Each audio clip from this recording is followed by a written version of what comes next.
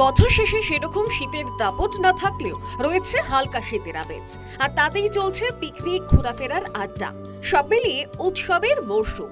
প্রতি বছরই এই মরশুমে দেখা মেলে পরিযায়ী পাখির, আর তাদের দেখতে ভিড় জমান সাধারণ মানুষেরা। মুর্শিদাবাদ জেলার সাগরদিঘি মণিগ্রামের ছাইপুকুর জলাশয়ে গত 3 বছর ধরে দেখা মিলেছে এই পরিযায়ী পাখিদের। দেশের তো আছেই, ভিন্ন দেশের পরিযায়ী পাখিরাও ভিড় জমাচ্ছে ওই জলাশয়ে, আর বিভিন্ন ধরনের পাখি দেখতে ভিড় বাড়াচ্ছে সাধারণ মানুষও। এই পাখিগুলো আসার জন্য আমাদের যে পর্যটনরা আসেন এবং খুব ভালো লাগে আমাদের এই পাখিগুলোকে দেখে, বিভিন্ন আনন্দ উপভোগ করেন।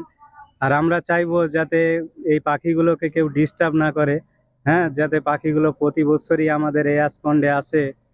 তার জন্য আমি যারা পর্যটন আসেন তাদের কাছে বিশেষ করে একটা অনুরোধ রাখছি, তাদেরকে যেন কোনো রকম ডিস্টার্ব না করা হয়। পরিযায়ী পাখিরা এসে সাগরদিঘির মণিগ্রামের পর্যটন কেন্দ্র করে তুলেছে। তাদের সুরক্ষা নিয়েও বেশ তৎপর গ্রামবাসীরা, যাতে পাখিদের গায়ে কেউ ঢিল না ছড়ে সেদিকে যেমন খেয়াল রাখছে, তার সঙ্গে পাখিদের সুরক্ষার জন্য পঞ্চায়েত থেকেও নেওয়া হচ্ছে নানা ব্যবস্থা। এটা আমাদের জন্য অত্যন্ত মনমুগ্ধকর এবং এলাকার মানুষকে অত্যন্ত বেশি আনন্দ দিচ্ছে। বহু বাইরের মানুষ, পর্যটকেরা আসছেন এবং এটা নিয়ে তারা আনন্দ উপভোগ করছে, এবং আগামীতে যেন এই পাখিগুলো নিরাপদে এই সমস্ত এলাকাতে থাকতে পারে, বাস এর কারণে পঞ্চায়েতের পক্ষ থেকে একটা ব্যবস্থাপনা আছে। পরিযায়ী পাখিদের সুবিধার্থে বন দপ্তরের উদ্যোগে বানানো হয়েছে অস্থায়ী ঢিপি।